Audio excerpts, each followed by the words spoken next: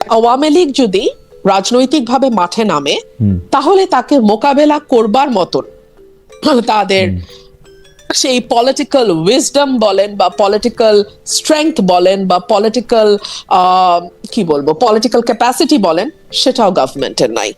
আপনি যতবার মব করবেন, হ্যাঁ আমি বাংলাদেশের মানুষকে বলতেছি, আপনি যতবার মব করবেন, আপনি যতবার পিটায় মানুষকে মারবেন, আপনি যতবার মিথ্যা মামলা দায়ের করবেন, আপনি যতবার তাদের মতন মানুষের বিরুদ্ধে খুনের মামলা দিবেন, তো এগুলা না আপনি যতবার এগুলা করবেন আপনি ততবার আপনার কর্মকাণ্ড দিয়ে আওয়ামী লীগের শক্তিশালী করবেন।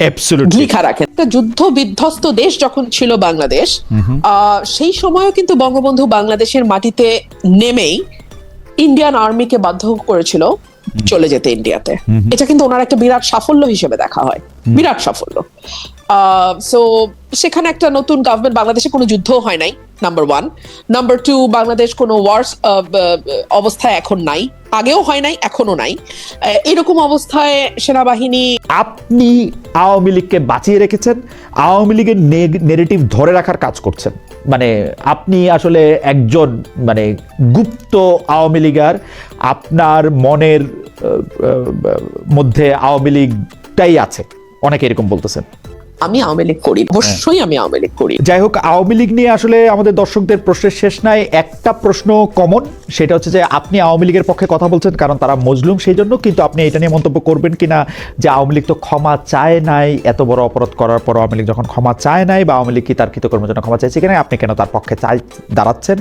এইটা ভবিষ্যতের ফেসিস্ট যদি কেউ হয়ে উঠতে চায় সেইটার পথ উন্মুক্ত করবে কিনা? আচ্ছা দেখুন, এখানে অনেকগুলো বিষয়। আওয়ামী লীগ ক্ষমা চায়নি, ক্ষমা চাওয়া না চাওয়াটা তার পলিটিক্যাল স্ট্র্যাটেজি বা ডিসিশন। ভুলও হতে পারে, শুদ্ধ হতে পারে, এটা সময় বলবে, এবং এটার মূল্য তার রাজনীতির মাধ্যমেই চুকাতে হবে। কিন্তু এখন তার বিরুদ্ধে আপনি মিথ্যা মামলা দেবেন কিনা, বা তাকে বন্দী হিসেবে আপনি কিভাবে ট্রিট করবেন, কিংবা আপনি যেহেতু এটা একটা পলিটিক্যাল পার্টি, সো তার সে রাজনীতি করতে পারবে কি পারবে না এটা আপনি কি মানুষের হাতে ছাড়বেন, নাকি এটা আপনি ক্ষমতার বলে আপনি ঠিক করবেন যে আমি ঠিক করে দিলাম যে ওরা এখন রাজনীতি করতে পারবে না, আমি ঠিক করে দিলাম যে ওরা নির্বাচনে অংশ নিতে পারবে না। এখন এটা কি মানে আমরা নির্বাহী আদেশ দিয়ে, যেহেতু এখন ক্ষমতা আমরা পেয়ে গেছি, আমরা ঠিক করব? সেনাপ্রধান সবসময়, আমাদের যিনি সেনাপ্রধান এখন আছেন, অন্তর্বর্তীকালীন সরকারের সময় ছিলেন, শেখ হাসিনার সময়ও তিনি ছিলেন, সেই সেনাপ্রধান সবসময় বলে এসেছিলেন যে নির্বাচিত সরকার এলে, মানে 5 আগস্টে ঘটনার পরে নির্বাচিত সরকার এলে সেনাবাহিনী ব্যারাকে ফিরে যাবে। এখনো যায়নি যে সেনাবাহিনী, এর কারণ কি বলে মনে হয়?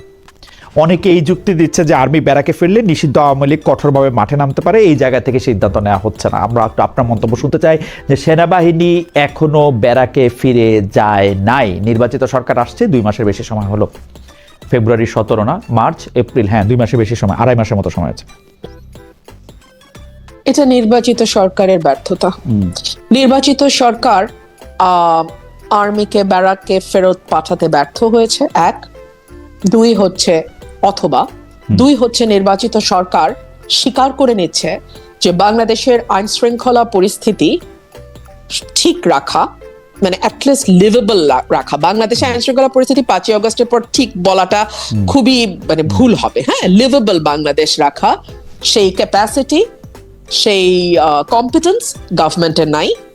যুক্তরাষ্ট্রের সঙ্গে যে বাণিজ্য চুক্তিটি হয়েছে, অন্তর্বর্তীকালীন সরকার যে 3 দিন আগে বাণিজ্য চুক্তিটা করলো, যেটার মধ্যে থেকে আমি অন্তর্বর্তীকালীন সরকারের যিনি মুখপাত্র ছিলেন সেই শফিক সাহেবকে জানতে চাইলাম, শফিক সাহেব বললেন যে এটা যে কোনো সময় এটা বাতিলও করা যেতে পারে, কিন্তু সরকার এটিকে রাখলো। শুধু না, যিনি এই চুক্তিটি করার কৃতিত্ব বেশি দাবি করতে পারেন তাকে আবার এই সরকারের মন্ত্রীও করা হলো।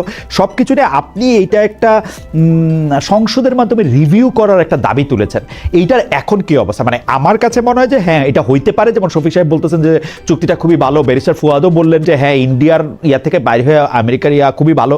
আমি বললাম ভালো হলে ভালো, কিন্তু আপনার দাবিটা তো খুব যুক্তিযুক্ত যে সংসদের মাধ্যমে রিভিউ করার দাবি।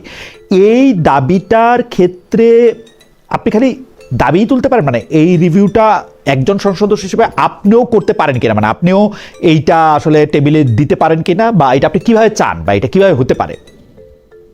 খালিদ ভাই, আমি দীর্ঘ সময়ে এটা নিয়ে ভেবেছি যে আমাদের আর্টিকেল 145A অনুযায়ী সংবিধানের যে কোনো বিদেশি চুক্তি যদি সেটা গোপনীয় না হয়ে থাকে সংসদে প্রেজেন্ট করতে হবে। কিন্তু আনফরচুনেটলি সংবিধানের এই ধারাটা আমরা কেউ দেখি না।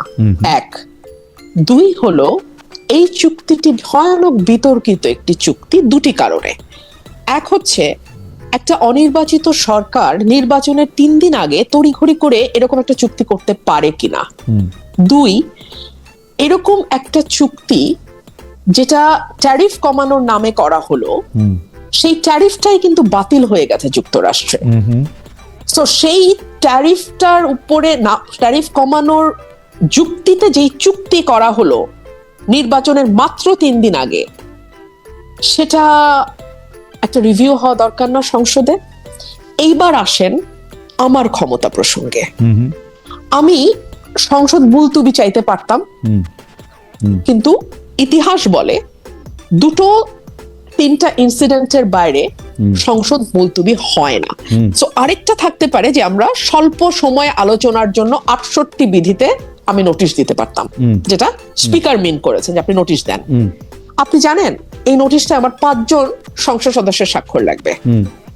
আপনি আমার বাইরে, আমি আপনাকে আজকে অন রেকর্ড চ্যালেঞ্জ করছি, আপনি আর একটা সংসদ সদস্য জোগাড় করে দেন, একটা, 5টা তো পারবই না, আমার বাইরে আপনি একটা জোগাড় করে দেন যে সংসদে এই চিঠিটা স্পিকারকে দেবে যে এটা নিয়ে একটা স্বল্প সময়ে আলোচনা। আমার মনে হয় যে এটা সবারই আসলে একটু মনোযোগ দিয়ে শোনা দরকার। অথচ এখানে সিরিজ অফ লাইজ আছে, যেটার মধ্যে আমি বলা হয়েছে যে ট্যারিফ 37% থেকে 20% বা 19% করছে, কথা সত্য না।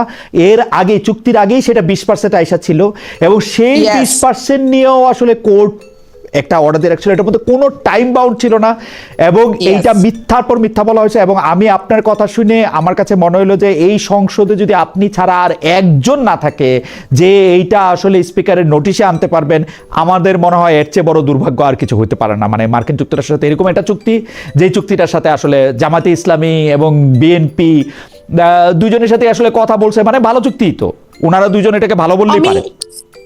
আমি আপনাকে আরো খোলামেলা বলি, আমার কপালই হলো শত্রু তৈরি করার কপাল, বুঝছেন খালেদ ভাই? আমি আরেকটু শত্রু তৈরি করি। বিএনপি এটাকে আনবে না, আপনি তো বুঝতেই পারতেছেন। হ্যাঁ, কারণ আনবে না, কারণ যেটাও বিএনপি আনবে না, এটা তো বুঝতেই পারতেছেন। জামাতে ইসলাম পাগল হয়ে যেতেছে জুলাই সনদ নিয়ে। জুলাই সনদ বাস্তবায়ন করলে খুবই ভালো হবে।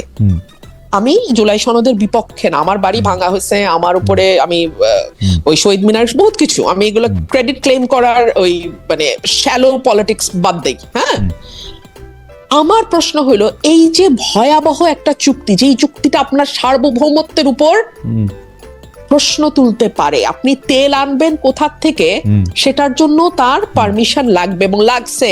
রাশিয়া থেকে পারে নাই তেল আনতে। আচ্ছা, আপনি মানে যুদ্ধ সরঞ্জাম, অস্ত্র, এগুলো যুদ্ধ সরঞ্জাম কোথা থেকে কিনবেন, কম দামে কোথায় পাচ্ছেন, বা আপনি একটা কম্পিটিটিভ ভ্যালুতে যাবেন, এই সুযোগ আপনার নাই এই চুক্তি অনুযায়ী। আরো বহু সমস্যা আছে। আমরা কয়েক হাজার কোটি টাকার রাজস্ব বঞ্চিত হব, আর সেখানে আমেরিকা যেই ইয়েতে অল্প কয়েকটা, এবং এটা নিয়ে যখন আমরা প্রশ্ন তুলবো তখন বলা হবে যে ইন্ডিয়ান ন্যারেটিভ থেকে প্রশ্ন করা হচ্ছে, যে ভাই তাহলে সংসদে আলোচনা কর, তাহলে তো বুঝে যাবে না যে চলেন 350 টাকার আলু খাই এখন বৈশা এখন আমরা আমেরিকান আলু খাবো, ফাইন। আচ্ছা, এখন আপনি আমারে বলেন, জামাত কিন্তু আগেই হাত ধুয়ে ফেলছে, আমরাই চুক্তিতে হ্যাঁ বলি নাই, তো বলো নাই তো, তাইলে যে 1.5 মাস সংসদ চললো একবারও তুললো না, তোমরা এইটা তুললা না কেন? এবং এইটার ব্যাপারে তারা কোনো, এবং আপনি যে বলছেন যে আমরাও মামুরা, এটার একটা, আমার কাছে মনে হয় যে এটাও একটা প্রমাণ। দেখেন, আপনি দীর্ঘদিন বিএনপির রাজনীতি করেছেন, এখন বলা উচিত বেশ কিছু, এখন মানে আমি বলা উচিত আছে বেশ কিছুদিন ধরে আপনি আসলে বিএনপির যে রাজনৈতিক কর্মসূচি বা সরকারে আসার পরে যে বিএনপি, তাকে আপনি সমালোচনা করছেন, মানে তীব্র সমালোচনাই করছেন। আপনার কি মনে হয় যে বিএনপির রাজনীতি যে আপনি এর আগে করেছেন বা এতদিন করেছেন, সেটা কি ভুল ছিল? আপনার মনে থাকবে বিএনপি পাওয়ারে আসার আগে যেই 17 মাস আসলে অন্তর্বর্তীকালীন সরকারের সময় ছিল, সেই সময়টাতেও আমি বিএনপির নানান রকম চাঁদাবাজি, দুর্নীতি, এলাকায় প্রভাব বিস্তারের জন্য নানান রকম অপকর্ম, এই সকল কিছুর বিরুদ্ধে কথা বলেছি। সো আমার নিজের কাছে মনে হয় যে আমি সবসময় আমার নিজের কাছে সৎ থাকবার চেষ্টা করেছি। সো এই সৎ থাকতে গিয়ে আমি হয়তো স্টাবলিশমেন্টের বিরোধিতা করেছি, এখন স্টাবলিশমেন্টে যখন যে থাকে দেখা গেছে কথাগুলো তার পছন্দ হয়নি, ব্যাপারটি আসলে এতটুকুই। মব নিয়ে যখন কথা বললেন তখন আমি আমার মনে আছে যে আপনার সঙ্গে ঢাকায় যখন আমার কথা হয়েছিল সাক্ষাৎকার, আপনি বলেছিলেন যে অন্তর্বর্তী আমি আপনাকে কোট করছি, অন্তর্বর্তী সরকারের কোনো অংশের ইন্ধনেই একটি শক্তি মাঠে ছিল যারা মবের মাধ্যমে অরাজক পরিস্থিতি তৈরি করত। গত 17 মাসে কয়টি মব ভাঙা হয়েছে, কয়টি মাজার ভাঙা হয়েছে, এই একসময় এগুলির হিসাব রাখা কঠিন হয়ে পড়েছিল। কিন্তু আমরা কিন্তু এই অন্তর্বর্তী সরকার চলে যাওয়ার পরও একই রকম ঘটনা দেখছি, একই রকম ঘটনা পাচ্ছে। আপনি ডক্টর ইউনূসের আমলে মবের পেছনে অন্তর্বর্তী সরকারের কোনো অংশের ইন্ধনের কথা বলছিলেন, এখনকার ঘটনা এই সরকারের কোনো অংশের ইন্ধন কি দেখেন? এখন তো আমরা মানে থানার ভিতরে মব করা হচ্ছে, যেটাতে ছাত্রদলকে আমরা আক্রমণকারী দেখছি, অনেকে বলছেন যে তাদের বিরুদ্ধে মামলাটা পর্যন্ত নেওয়া হচ্ছে না। এই যে ঠিক সমস্যাটা এই জায়গাটাতে খালেদ ভাই, ঠিক এই জায়গাটাতে আমরা একটা ট্রেন্ড সেট করেছে 17 মাস ধরে, হ্যাঁ, যে দাবি আদায় করতে চাও লোক জড়ো করো, কোনো কিছুর মানে কোনো ব্যক্তির কাছ থেকে 10 লাখ 20 লাখ টাকা একবারে নিতে চাও, মব তৈরি করো, কোনো প্রতিষ্ঠানের প্রধান পরিবর্তন করতে চাও, মব তৈরি করো, কাউকে চেয়ার থেকে সরাই দিতে চাও, মব তৈরি করো। এই যে একটা কালচার 17 মাস ধরে আমরা একেবারে মানে সমাজের মধ্যে বৈধতা দিয়ে দিলাম, সেটা থেকে তো চট করে উঠবে না মানুষ, যদি না আপনি শক্ত হাতে সেটাকে হ্যান্ডেল করেন। ধরেন খালেদ ভাই, আমি আপনার একটু বলি, 21শে ফেব্রুয়ারি আমার উপর হামলা হয়ে ফুল পায়ে পিষে আমার নেতাকর্মীকে পিটায়া ব্রাহ্মণবাড়িয়ায় এই ঘটনা ঘটছে, শহীদ মিনারে ফুল দেওয়ার সময়। আমি বিএনপি কে অলওয়েজ বলি আনস্মার্ট পার্টি, হ্যাঁ, মানে এদের যতটুকু না মানে মানে ইয়ে আছে, ক্যাপাসিটি আছে, কিন্তু সেটাকেও তারা না প্রপারলি পলিটিক্যালি ইউটিলাইজ করতে পারে। ধরেন ওই দিনই যদি স্বরাষ্ট্রমন্ত্রী একদম শক্তভাবে কন্ডেম করে যারা এটার সঙ্গে যুক্ত তাদেরকে আইনের আওতায় নিত, তাহলে কিন্তু এখন তারা এটাকে পলিটিক্যালি পজিটিভ একটা কালার দিতে পারতো, মানে কিছুটা ক্রেডিট তাদের ঝুলিতে গিয়ে জমা হইতো যে আমরা কিন্তু জিরো টলারেন্সে আছি। সে আমাদের দলের বাইরে চলে গেছে, সে স্বতন্ত্র এমপি, কিন্তু আমরা তার বিরুদ্ধে হওয়া কোনো অন্যায়কেও মানব না। It's a very beautiful message from the government side. কিন্তু তারা কিন্তু আমি একটু ডেভিলস অ্যাডভোকেট হই, আপনার ব্যাপারে এইসব সিদ্ধান্ত নেওয়া তো মুশকিল, কারণ আছে আপনি তো একাই 100, আপনি তো ডিসি সাহেবকে ধমকান, তাকে আঙ্গুল তুলে বকা দেন, তাকে মানে বাদ করে দেন, মানে এখন আসলে একটা স্বরাষ্ট্রমন্ত্রী চেয়ারে বসে থেকে আপনার বিরুদ্ধে আক্রমণটা আপনি ইনিশিয়েট করেছেন কিনা সেইটাও তো একটা,